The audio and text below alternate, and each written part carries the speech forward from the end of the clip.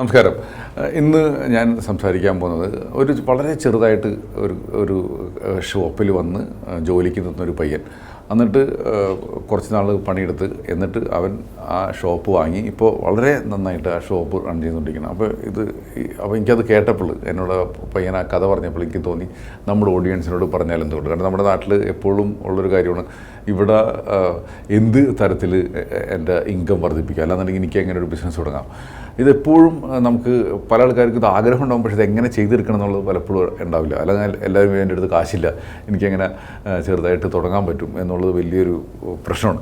അപ്പോൾ ഇത് എൻ്റെ വീടിനടുത്ത് ഒരു സലൂണുണ്ട്, ബാർബർ ഷോപ്പുണ്ട്. അപ്പോൾ അവിടെ ഞാൻ ഇടയ്ക്ക് പോയിട്ട് മുടി വെട്ടാറുണ്ട്. അപ്പോൾ അവിടെ എപ്പോഴും ഉണ്ടായിരുന്ന ഒരു ആളുണ്ട്. ആൾ എനിക്ക് തോന്നുന്നു നോർത്ത് ഇന്ത്യൻ ആണ്. അപ്പോൾ ആളോട് ഞാൻ സംസാരിച്ചിട്ട് ആണ് ആൾ എന്നെ മുടിയൊക്കെ വെട്ടിത്തരും. അപ്പോൾ ഒരു ദിവസം ചെന്നപ്പോൾ ഒരു ചെറിയ പയ്യൻ, അപ്പോൾ അവൻ്റെ പേര് റോഷൻ എന്നാണ്. അപ്പോൾ നമുക്ക് വേണമെന്നുണ്ടെങ്കിൽ ഒരു എംപ്ലോയി ടു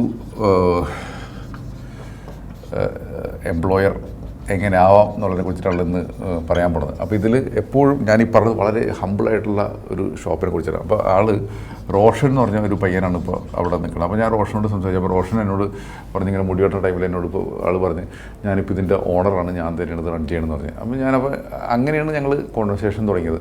അപ്പോൾ ആദ്യം റോഷൻ ഇവിടെ അവന് ഏകദേശം ഒരു 18 വയസ്സൊക്കെ ആയപ്പോഴേക്കും ഇവിടെ വന്നു, നാട്ടിൽ നിന്ന് വന്നു. അവൻ UP MP തോന്നുന്നു. അപ്പോൾ അവിടെ നിന്ന് വന്ന് ഇവിടെ അവൻ്റെ അച്ഛൻ അവിടെ ഒരു സൈക്കിൾ ഷോപ്പ് എടുത്തുന്നു. അമ്മ വളരെ യങ്ങായിട്ടുള്ള വീട്ടിൽ ഇരിക്കുന്നു. അപ്പോൾ ഇവൻ്റെ മാമന്മാരുടെ ഒപ്പമാണ് ഇങ്ങോട്ട് വന്നത്. അപ്പോൾ ഇവർ കൂട്ടായിട്ട് ഗ്രൂപ്പായിട്ടൊക്കെ താമസിക്കുന്നു. അപ്പോൾ ഇവരെല്ലാവരും ഇവിടെ വന്നിട്ട് മുടി വെട്ടാൻ പഠിച്ചു. എന്നിട്ട് മുടി വെട്ടാനൊരു ഷോപ്പിൽ നിന്നു. അപ്പോൾ അവിടെ നിന്നിരുന്ന ടൈമിൽ ആൾക്ക് എത്രയാണോ മുടി വെട്ടുന്നത് അതിൻ്റെ പകുതി പൈസ ആൾക്ക് കമ്മീഷനായിട്ട് കിട്ടും. ഇതാണ് ഇയാളുടെ ഇൻകം. 50% എത്ര ചെയ്യണം. അപ്പോൾ ആൾക്ക് ഏകദേശം അന്ന് ഏകദേശം ഒരു 30,000 രൂപയ്ക്ക് അടുത്ത് പുള്ളി ഉണ്ടാക്കുമായിരുന്നു പെർ മന്ത്. അപ്പോൾ ഇതിൽ ചിലവിന് കഷ്ടി ഒരു 10,000 രൂപയിൽ നിർത്തും, ചിലപ്പോൾ 5,000 രൂപയിലേക്ക് നിർത്തുന്നതാണ് പറഞ്ഞത്. എന്നിട്ട് ഏകദേശം ഒരു 20,000 രൂപ പെർ മന്ത് വീട്ടിലേക്ക് അയക്കുമായിരുന്നു, സെൻഡ് ടു ഹോം. അപ്പോൾ അച്ഛനെടുത്ത് വയ്ക്കുമായിരുന്നു ഈ പൈസ. ഇത് ഏകദേശം ഒരു 1.5 വർഷമായപ്പോഴേക്കും ഈ പറഞ്ഞ പൈസ അത്യാവശ്യം നല്ലൊരു പൈസ എത്തി. അപ്പോൾ ഇത് ആൾ പറഞ്ഞ് അത്യാവശ്യം നല്ല പൈസയിലേക്ക് എത്തി. അതിൽ ഏകദേശം ചില മാസങ്ങളിൽ അതിനേക്കാൾ കൂടുതലൊക്കെ അയച്ചിട്ടുണ്ടാവും. അപ്പോൾ അത് ഏകദേശം ഒരു 3 ലക്ഷത്തിന് മുകളിൽ പൈസ അവിടെ സമ്പാദിച്ചു. വേറെ അതിനിടയിൽ ചിലവും കാര്യങ്ങളൊക്കെ വന്നിട്ടുണ്ടാവും. ഇത് കൂടാണ്ട് ഏകദേശം ഒരു വീട്ടിൽ നിന്ന് 1 ലക്ഷം കൂടി കൊടുത്ത് ഏകദേശം ഒരു 4 ലക്ഷം രൂപയ്ക്ക് ആ ഷോപ്പ് പുള്ളി വാങ്ങി. ആൾ നിന്നിരുന്ന ഷോപ്പല്ല കേട്ടോ, വേറെ ഷോപ്പാണ് വാങ്ങിയത്. എന്നിട്ട് അവിടെ 4 ലക്ഷം രൂപയ്ക്ക് ഷോപ്പ് വാങ്ങി. ഇപ്പോൾ ആൾ ഈ ഷോപ്പ് ഓണറായിട്ട് റൺ ചെയ്തുകൊണ്ടിരിക്കുന്നു. അപ്പോൾ ആൾ പറഞ്ഞ കാര്യം വെച്ചാൽ ഇപ്പോൾ ഞാനിത് റൺ ചെയ്യാൻ തുടങ്ങിയപ്പോൾ നോ എംപ്ലോയി, അതേമാതിരി നോ 50% കട്ട്. ആൾക്ക് പണിയെടുക്കുന്നതിൻ്റെ 50% കട്ടില്ല.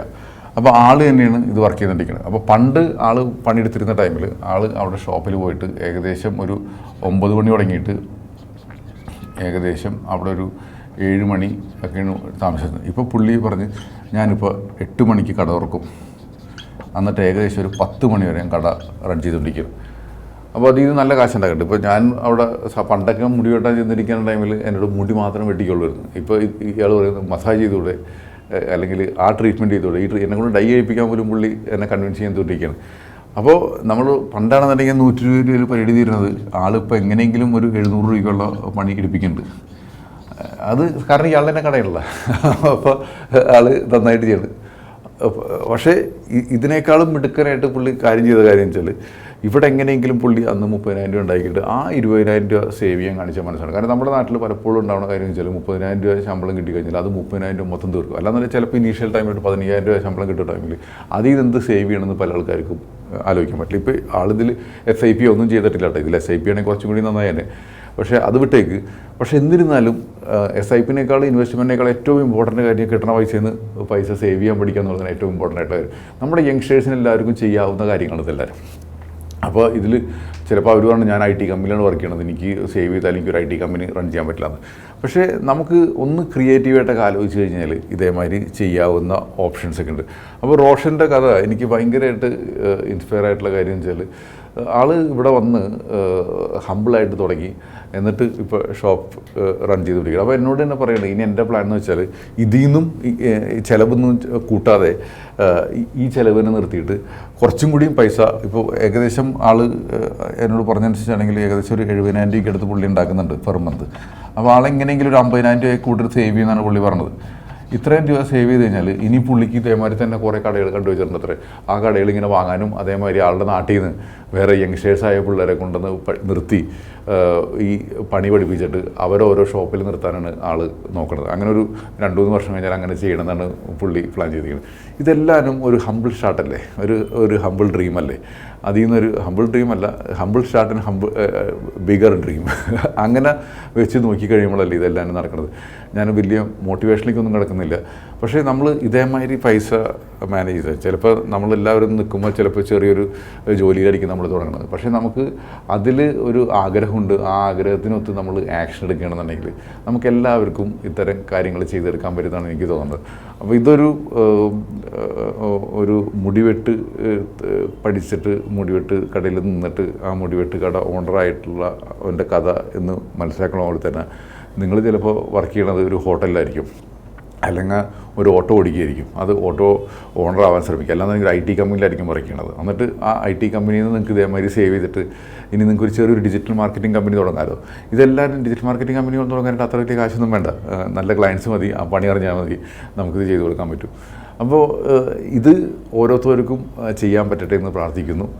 എല്ലാവർക്കും കിട്ടണ പൈസയിൽ നിന്ന് ലൈഫെല്ലാവരും എൻജോയ് ചെയ്തിട്ട് നല്ലൊരു പൈസ സേവ് ചെയ്യാനും അതിൽ നിന്ന് ഓരോരുത്തരുടെ ഡ്രീമിലേക്ക് മുന്നോട്ട് പോകാനായിട്ടും പറ്റട്ടെ എന്ന് പ്രാർത്ഥിച്ചുകൊണ്ട് ഇന്നത്തെ വീഡിയോ നിർത്തുന്നു. Thank you so much.